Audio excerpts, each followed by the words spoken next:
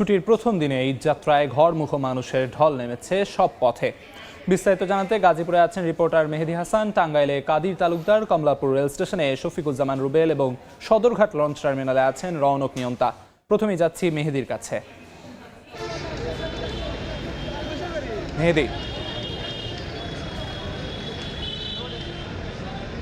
বেলা গড়ানোর সঙ্গে সঙ্গে আমরা দেখেছি গাজীপুরে কিন্তু এক প্রকার ঘরমুখো মানুষের ঢল নেমেছে। কেননা আমরা জানি গতকাল যে গার্মেন্টস প্রতিষ্ঠানগুলো ছুটি হয়েছে সেসব প্রতিষ্ঠানের কর্মীরা কিন্তু আজ রাতে যারা ছুটি পেয়েছেন তারা কিন্তু আজ রাতে আজ সকালে কিন্তু তারা রওনা হয়েছেন। এবং সকাল থেকে আমরা যেমনটা দেখছিলাম যে ঢাকা থেকে যে যানবাহনগুলো এই পথ ধরে আসলে উত্তরবঙ্গের দিকে যাচ্ছেন, আমরা এই মুহূর্তে রয়েছি গাজীপুরের চন্দ্রায়। এই পথ ধরেই কিন্তু 25 জেলার মানুষ ঘরে ফিরেন।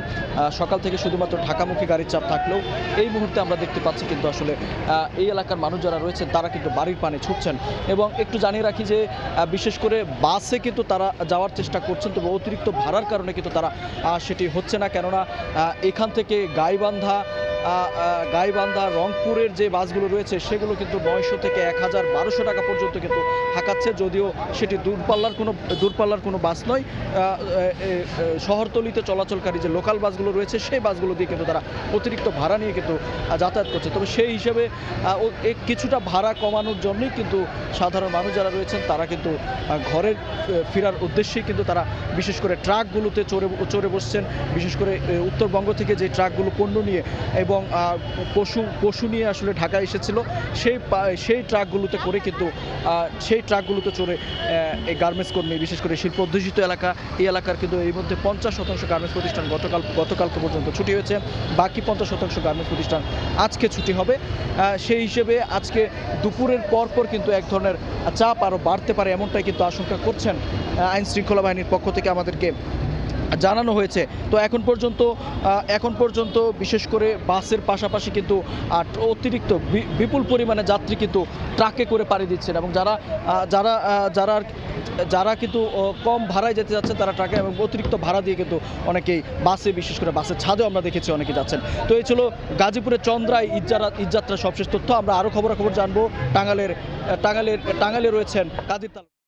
পর্যন্ত যানজট লেগেই আছে। আমরা দেখেছি যে মূলত গতকাল রাতের থেকেই তীব্র প্রচুর পরিমাণে যানবাহনের চাপ বেড়ে গেছে এবং রাতের বেলায় কিছু কিছু জায়গায় যানজট খণ্ড দেখা গেলেও সকাল থেকে যানবাহনের চাপ বৃদ্ধি পাওয়ায় সকাল থেকে ব্যাপক আকারে যানজট শুরু হয়েছে। এখন পর্যন্ত কিন্তু সেই যানজট লেগে আছে। আমরা এখানে কথা বলেছিলাম যারা চালক এবং যাত্রী রয়েছে তাদের সাথে আমরা কথা বলেছি। তারা আমাদেরকে জানিয়েছে যে আসলে মূলত গতকাল রাত থেকেই তারা বাসে উঠেছে তারা গন্তব্যে যাওয়ার জন্য। বিশেষ করে উত্তরবঙ্গের যারা যাত্রী রয়েছে তারা গতকাল রাতেই গাড়িতে উঠেছে, কেউ 8টায় উঠেছে, কেউ 9টায় উঠেছে, আবার কেউ 12টায় উঠেছে। তারা কিন্তু এখন পর্যন্ত টাঙ্গাইল ক্রস করতে পারেনি। তারা এই 10 থেকে 12 ঘন্টা সময় লেগেছে তাদেরকে টাঙ্গাইল পর্যন্ত আসতে।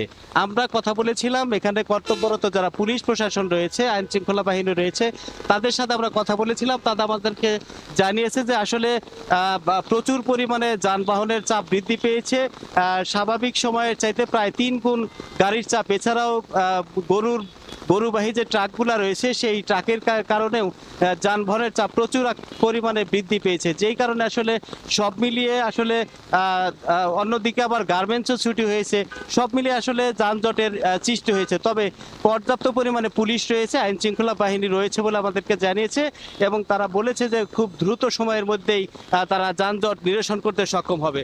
তবে এখন পর্যন্ত এই যে সকাল 6টা থেকে যে যানজটের সৃষ্টি হয়েছে এখন পর্যন্ত একইভাবে কিন্তু যানজট হচ্ছে। কখনো কখনো গাড়ি থেমে যাচ্ছে, আবার কখনো গাড়ি কিন্তু চলছে। তবে বেশিরভাগ সময় আমরা দেখতে পেয়েছি যে যানবাহনের চাপের কারণে এই যানজট লেগে আছে। তো এই ছিল আসলে আমার কাছ থেকে ঢাকা টাঙ্গাইল মহাসড়কের ঈদে ঘরমুখো মানুষের বিস্তারিত খবর। জি, এখন আছে আমরা যাচ্ছি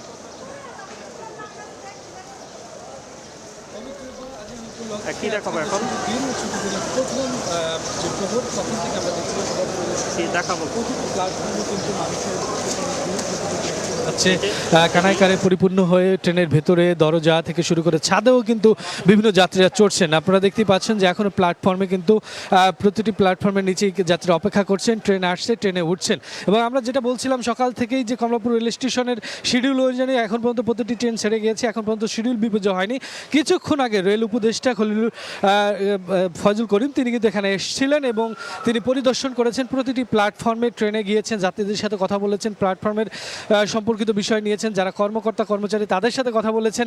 তিনি পর্যবেক্ষণ করে দেখছিলেন যে আসলে যাত্রী ভোগান্তি জায়গাটা কতটুকু, তা ভোগান্তি হচ্ছে কিনা, যাত্রীরা কোনো ধরনের কোনো সমস্যার সম্মুখীন হচ্ছে কিনা সেই বিষয়টা তিনি দেখছিলেন। উপদেষ্টা আমরা দেখছি বেশ কিছু সময় এখনও তিনি প্ল্যাটফর্মের তিনি কমলাপুর রেল স্টেশনে রয়েছেন এবং অন্যান্য জায়গাগুলো ঘুরে দেখছেন। এবং যেটা আপনাদের বলছিলাম যে আজকের দিনে প্রতিদিনে মূলত 63 জোড়া ট্রেন রাজধানী থেকে বিভিন্ন জায়গায় ছেড়ে দেয় এবং আসে। এখন পর্যন্ত আমরা যতদূর জানি যে 25 জোড়া ট্রেন কিন্তু রাজধানী থেকে ছেড়ে গিয়েছে এবং প্রতিটি ট্রেনেই দেশের বিভিন্ন প্রান্তে যে গিয়েছে সেটা শিডিউল মেনেই গিয়েছে। এখন পর্যন্ত শিডিউল বিপর্যয় ঘটেনি এবং যাত্রী সেবা নিশ্চিতের জন্য ভোগান্তি রোধে এবং ছাদে চড়া থেকে বিরত থাকতে কর্তৃপক্ষ তাদের জায়গা থেকে চেষ্টা অব্যাহত রেখেছে। এবং কিছুক্ষণ আগে ম্যানেজার বলছিলেন যে এই যে শিডিউল যে বিপর্যয় হচ্ছে না সেই বিষয়টা অব্যাহত থাকবে, প্রচেষ্টা থাকবে যাতে আসার পথে কোনো ধরনের ভোগান্তি না হয়। তো সব মিলে কমলাপুর রেল স্টেশন থেকে এই ছিল এই মুহূর্তে। আমাদের আরেক সহকর্মী সদরঘাটে রয়েছেন রনক, তিনি জানাবেন লঞ্চ যাত্রার কি পরিস্থিতি। পবিত্র ঈদ উল আজহা উদযাপনে ঈদের আনন্দকে ভাগাভাগি করে নিতে পরিবারের সঙ্গে ঈদ উদযাপনে নারীর টানে বাড়ি ফিরছে রাজধানীবাসী। বরাবরের মতোই সড়ক ও রেলপথের পাশাপাশি লঞ্চেও যাত্রীর চাপ রয়েছে। তবে গতবারের তুলনায় এবার লঞ্চের যাত্রী চাপ কম রয়েছে বলছে সংশ্লিষ্টরা। আইনশৃঙ্খলা বাহিনীকেও আমরা দেখেছি অনেক তৎপর, বিশেষ করে কোস্টগার্ডকে দেখেছি সকাল থেকে তারা টহল দিচ্ছে এবং যে লঞ্চগুলো সকাল থেকে অপেক্ষা করছে সদরঘাটে বা ছেড়ে যাওয়ার কথা ভোর 6টায়, এরকম অনেক লঞ্চ রয়েছে যেগুলো এখনো ছেড়ে যায় নাই। কোস্টগার্ড টহলের পর 10 মিনিট সময় বেঁধে দিয়েছে কোস্টগার্ডের লেফটেন্যান্ট তানজিমুল।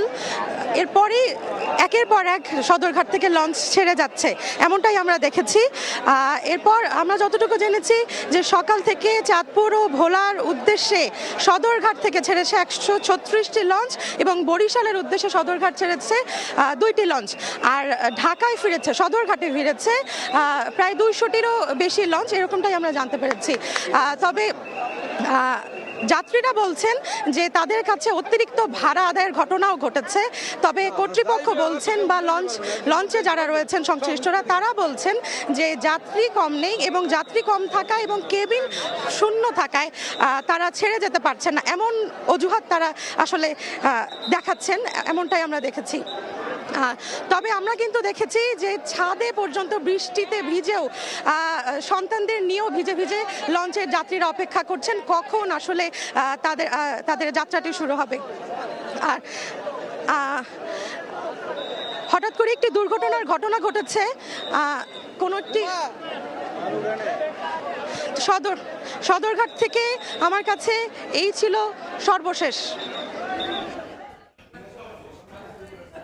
ঘরমুখো মানুষের ঈদ যাত্রার সবশেষ খবর জানাচ্ছিলেন সহকর্মীরা।